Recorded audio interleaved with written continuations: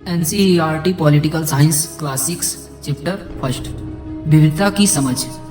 आपकी उम्र के 3 बच्चे ने ऊपर दिए गए चित्र बनाए हैं। खाली बॉक्स में आप अपना चित्र बनाइए। क्या आपका चित्र अन्य 3 चित्र जैसे ही है? हो सकता है कि आपका चित्र इन तीनों से बहुत भिन्न हो, जैसे कि ये तीनों चित्र भी आपस में एक दूसरे से नहीं मिलते हैं। ऐसा इसलिए है कि हम सबका चित्रकारी करने का अपना अपना एक तरीका होता है। जिस तरह हमारी चित्रकारी में भिन्नता है, उसी तरह हमारे रूप रंग, खान पान आदि में भी भिन्नता है। अपनी अध्यापिका की सहायता से पता कीजिए कि आप में कितने साथियों के जवाब एक जैसा है। क्या कक्षा में कोई ऐसी साथी है जिसकी सूची आपकी सूची से हूबहू मिलता है? शायद नहीं हो। हालांकि ऐसा होगा कि कई साथियों ने कुछ जवाब आपके जवाबों से मिलते जुलते होंगे। कितने साथियों को आपके जैसी किताब पढ़ना पसंद है? आपकी कक्षा में विद्यार्थी कुल मिलाकर कितनी भाषाएं बोलते हैं? इनमें अब तक आपको यह अंदाजा हो गया होगा कि कई मामलों में आप अपने साथियों की तरह हैं और कई मामलों में आप उनसे बिल्कुल अलग हैं। दोस्ती करना। क्या ऐसे इंसान से दोस्ती करना आपके लिए आसान होगा जो आपसे बहुत भिन्न है? नीचे दी गई कहानी पढ़ें और इस बारे में सोचें। मैंने इसे एक मजाक की तरह लिया। मजाक जो कि फटे पुराने कपड़े पहनकर उससे छोटे से लड़के के लिए था, जो जनपद की भीड़ भाड़ में वाले चौराहे पे लाल बत्ती पर अखबार बेचता था। जब मैं भी वहाँ से साइकिल से गुजरा तो वह अंग्रेजी का अखबार हाथ में लहराते हुए मेरे पीछे भागता और उस दिन की सुर्खियों को हिंदी अंग्रेजी के मिले जुले शब्दों को चिल्लाकर सुनाता रहता। इस बार मैं पटरी के सहारे रुका और मैंने उससे हिंदी का अखबार मांगा। उसका मुंह खुला का खुला रह गया। उसने पूछा कि मतलब आपको हिंदी आती है? बिल्कुल, मैंने अखबार के पैसे देते हुए कहा। क्यों, तुमने क्या सोचा? वह रुका। पर आप लगते तो बड़े अंग्रेज हैं। वह बोला, मतलब कि आप हिंदी पढ़ सकते हैं? हाँ, बिल्कुल पढ़ सकता हूँ। इस बार मैं थोड़ा आधिर होते हुए बोला, मैं हिंदी बोल सकता हूँ, पढ़ सकता हूँ और लिख भी सकता हूँ। मैंने स्कूल में दूसरे सब्जेक्ट विषय के साथ हिंदी भी पढ़ी है। सब्जेक्ट? उसने पूछा। अब जो कभी स्कूल नहीं गया, आपको मैं क्या समझाता कि सब्जेक्ट क्या होता है? वह कुछ होता है। मैंने शुरू किया ही था कि बत्ती हरी हो गई और मेरे पीछे गाड़ियों का हॉर्न का शोर और गूंज बढ़ गया। मैंने भी अपने आप को ट्रैफिक के साथ आगे बढ़ने दिया। अगले दिन वह फिर से वहाँ पर था। वह मुस्कुरा रहा था और मेरी तरफ हिंदी का अखबार बढ़ाते हुए उसने कहा, भैया आप अखबार, अब बताइए ये सब्जेक्ट क्या चीज़ है? अंग्रेजी का यह शब्द उसकी ज़बान पर अजीब लग रहा था। ऐसा लगा मानो अंग्रेजी में सब्जेक्ट शब्द का जो दूसरा अर्थ है प्रजा, उस अर्थ में वह उसका प्रयोग कर रहा था। ओ, यह कुछ पढ़ाई लिखाई से संबंधित है, मैंने कहा। उसके बाद चूंकि बत्ती लाल हो गई थी, सो मैंने पूछा, तुम अभी स्कूल गए हो? कभी नहीं, उसने जवाब दिया। फिर बात बढ़ाते हुए उसने गर्व से कहा, मैं जब इतना ऊंचा था तभी मैंने काम करना शुरू कर दिया था। उसने मेरे साइकिल की गद्दी के बराबर अपने आप को नापा। पहले मेरे माँ मेरे साथ आती थी, लेकिन अब मैं अकेले ही कर लेता हूँ। अभी तुम्हारी माँ कहाँ है? मैंने पूछा, पर तब तक बत्ती हरी हो गई और मैं चल पड़ा। मैंने उसे अपने पीछे कहीं से चिल्लाते हुए सुना। वह मेरठ में है और उसके साथ बाकी ट्रैफिक के शोरगुल में डूब गया। मेरा नाम समीर है, उसने अगले दिन कहा और बड़े शर्माते हुए मेरा नाम पूछा। आपका क्या नाम है? यह तो बड़े आश्चर्य की बात थी कि साइकिल डगमगाई। मेरा नाम भी समीर है, मैंने बताया। क्या? आपकी आंखें एकदम से चमक उठी। हाँ, मैंने मुस्कुराते हुए कहा। तुम्हें पता है समीर का अर्थ है हवा कौन और पवन पुत्र कौन है? जानते हो? हाँ, हनुमान। तो अब से आप समीर एक और मैं समीर दो, उसने खूब खुशी होते हुए कहा। हाँ ठीक है, मैंने जवाब दिया और अपना हाथ आगे बढ़ाया। हाथ मिलाते समीर दो, उसका छोटा सा हाथ में एक नन्ही चिड़िया थी तरह समा गई। मैं साइकिल चलाकर आगे बढ़ चुका था और उसके हाथ की गर्माहट अब तक महसूस कर रहा था। अगले दिन उसके चेहरे पर उसकी चिरपरिचित मुस्कान नहीं थी। मेरठ में बड़ी गड़बड़ हो गई। उसने कहा, वहाँ दंगे में बहुत लोग मारे गए हैं। मैंने खूब अखबार की सुर्खियों की तरफ देखा। बड़े बड़े अक्षरों में लिखा था सांप्रदायिक दंगे, लेकिन समीर मैंने शुरू किया ही था। मैं मुस्लिम समीर हूँ। वह बोल पड़ा, और मैं सभी लोग मेरठ में हूँ। उसकी आंखें भर गई जब मैंने उसके कंधे पर हाथ रखकर कहा। उसने नज़र ऊपर नहीं उठाई। अगले दिन वह चौराहे पर नहीं था, न उसके अगले दिन वह दिखा और न आगे फिर कभी। अंग्रेजी या हिंदी का कोई अखबार मुझे नहीं बता सकता कि मेरा समीर दो आखिर कहाँ गया। जहाँ समीर एक को अंग्रेजी ज़्यादा अच्छी आती, वहीं समीर दो हिंदी बोलता। हालांकि दोनों की भाषाएं अलग हैं, फिर भी दोनों एक दूसरे से बात कर पाए। उन्होंने इसके लिए प्रयास किया क्योंकि उनके लिए बात करना महत्वपूर्ण था। समीर एक और समीर दो की धार्मिक व संस्कृति पृष्ठभूमियों भी अलग हैं। जहाँ समीर एक हिंदू है, वहीं समीर दो मुसलमान हैं। दोनों में दोस्ती हुई क्योंकि दोनों दोस्ती करना चाहते थे। खान पान, पहनावा, धर्म, भाषा आदि की ये भिन्नताएं विविधता के पहलू हैं। अपनी विविधता, धार्मिक और सांस्कृतिक पृष्ठभूमियों के अलावा समीर एक और समीर दो कई अन्य मामलों में भी एक दूसरे से अलग थे। उदाहरण के लिए समीर एक ने स्कूल में पढ़ाई की थी, जबकि समीर दो अखबार बेचता था। समीर दो को स्कूल जाने का मौका मिला ही नहीं। आपने संभवतः अपने इलाके में ऐसे कई लोगों को देखा होगा जो गरीब हैं और उनकी भोजन, घर और कपड़े ज़रूरतें भी पूरी नहीं हो पाती। यह फ़र्क उस फ़र्क से अलग है जिसके बारे में हमने पहले पढ़ा। यह विविधता का रूप नहीं है, बल्कि गैर बराबरी का रूप है। गैर बराबरी का मतलब है कि कुछ लोगों के पास ना अवसर और ना ही ज़मीन, ना पैसे जैसे संसाधन जो दूसरे के पास हैं।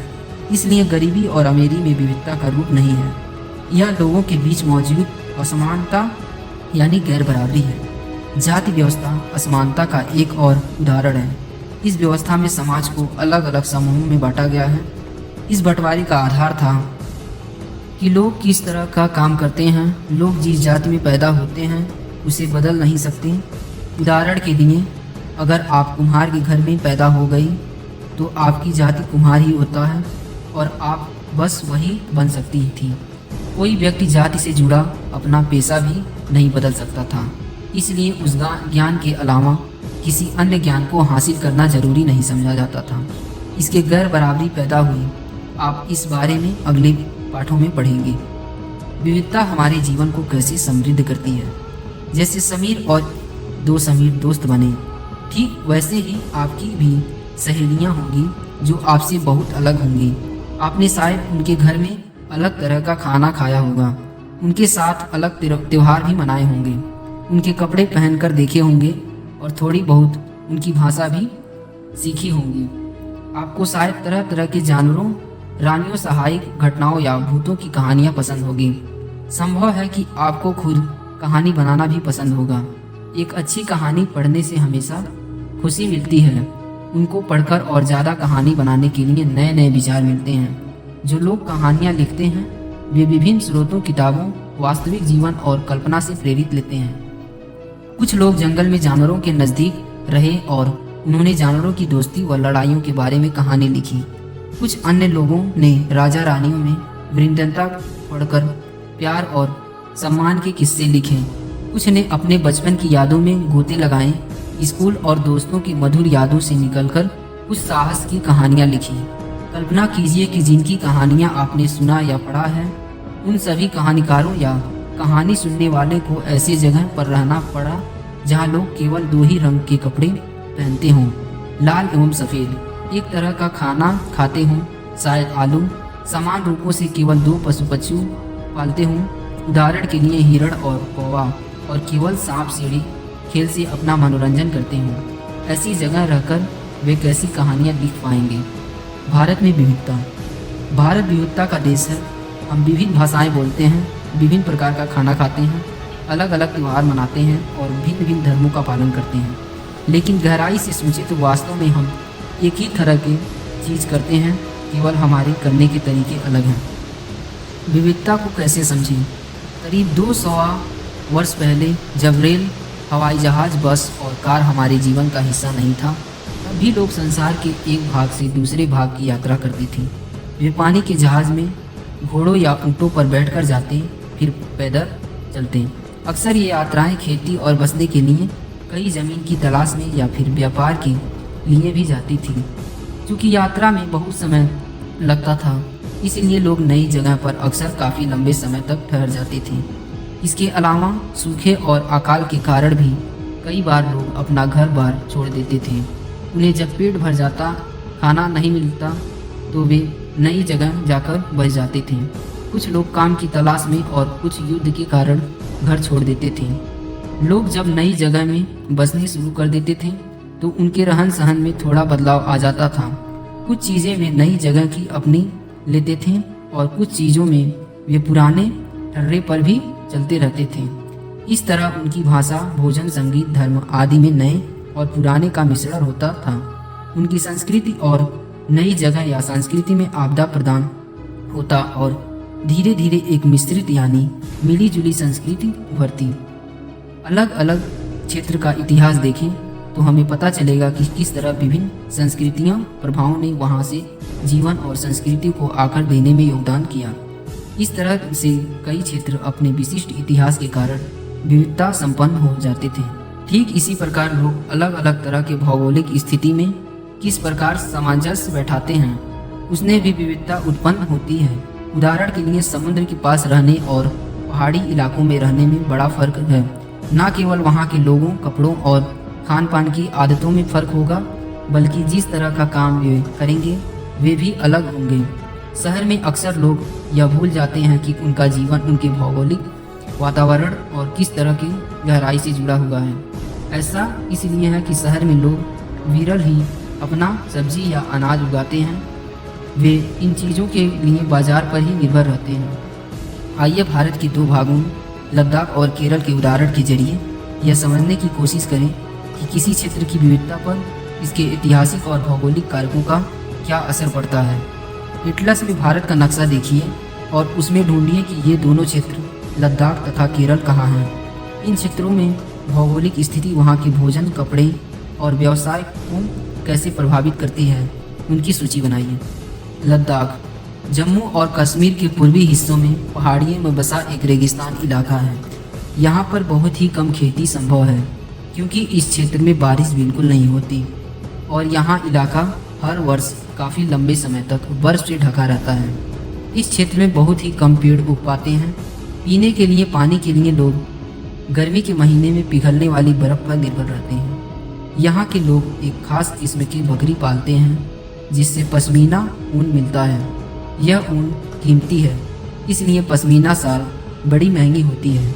लद्दाख के लोग बड़ी सावधानी से इन ऊन को इकट्ठा करके कश्मीर के व्यापारियों को बेच देते हैं। मुख्यतः कश्मीर में ही पश्मीना शालें बुनी जाती हैं। यहाँ के लोग दूध से बने पदार्थ जैसे मक्खन, चीज़ या एवं मांस खाते हैं एवं एक परिवार के पास कुछ गाय, बकरी और याक होता है। रेगिस्तान होने का यह मतलब नहीं कि व्यापारी यहाँ आने के लिए आकर्षित नहीं हुए। लद्दाख तो व्यापार के लिए एक अच्छा रास्ता माना गया है क्योंकि यहाँ कई घाटियाँ हैं जिनसे गुजरकर मध्य एशिया के काफिले उस इलाकों में पहुँचते थे जिसे आज तिब्बत कहते हैं। ये काफिले अपने साथ मसाले, कच्चा रेशम, दरिया आदि लेकर चलते थे। लद्दाख के रास्ते में ही बौद्ध धर्म के तिब्बत पहुँचा। लद्दाख को छोटा तिब्बत भी कहते हैं। करीब 400 साल पहले यहाँ पर लोग का इस्लाम धर्म से परिचय हुआ और अब यहाँ अच्छी खासी संख्या में मुसलमान रहते हैं। लद्दाख में गाने और कविताओं का बहुत ही समृद्ध मौखिक संग्रह है। तिब्बत का ग्रंथ केसर साग लद्दाख में काफ़ी प्रचलित है। उसके स्थानीय रूप को मुसलमान और बौद्ध दोनों ही लोग गाते हैं और उस पर नाटक खेलते हैं। केरल भारत के दक्षिणी पश्चिमी कोने में बसा हुआ एक राज्य है। यह एक तरफ समुद्र से घिरा हुआ है और दूसरी तरफ पहाड़ियों से। इन पहाड़ियों पर विभिन्न प्रकार के मसाले जैसे काली मिर्च, लौंग, इलायची आदि उगाए जाते हैं। इन मसालों के कारण यह क्षेत्र व्यापार के लिए बहुत ही आकर्षित बना। सबसे पहले अरबी एवं यहूदी व्यापार केरल आए। ऐसा माना जाता है कि ईसा मसीह के धर्मदूत संत थॉमस लगभग 2000 साल पहले यहाँ आए।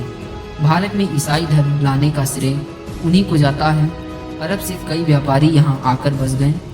इब्न बतूता ने जो करीब 700 साल पहले यहाँ आए, अपने यात्रा वृंतांत में मुसलमानों के जीवन का विवरण देते हुए लिखा है कि मुसलमान समुदाय की यहाँ बड़ी इज्जत थी। वास्को डिगामा पानी के जहाज से यहाँ पहुँचा तो पुर्तगालियों ने यूरोप से भारत तक का समुद्र रास्ता जाना। इन सभी ऐतिहासिक प्रभावों के कारण केरल के लोग विभिन्न धर्मों का पालन करते हैं, जिनमें यहूदी, इस्लाम, ईसाई, हिंदू एवं बौद्ध धर्म शामिल हैं। चीन के व्यापारी भी केरल आए। यहाँ पर मछली पकड़ने के लिए जो जाल इस्तेमाल किए जाते हैं वे चीनी जालों से हूबहू मिलते हैं और उन्हें चीनी वला कहते हैं। तलने के लिए लोग जो बर्तन इस्तेमाल करते हैं उसे चीना चट्टी कहते हैं। इनमें चीन शब्द इस बात की ओर इशारा करता है कि उसकी उत्पत्ति कहाँ हुई होगी। केरल की उपजाऊ जमीन और जलवायु चावल की खेती के लिए बहुत उपयुक्त है और वहाँ के अधिकतर लोग मछली, सब्जी और चावल खाते हैं।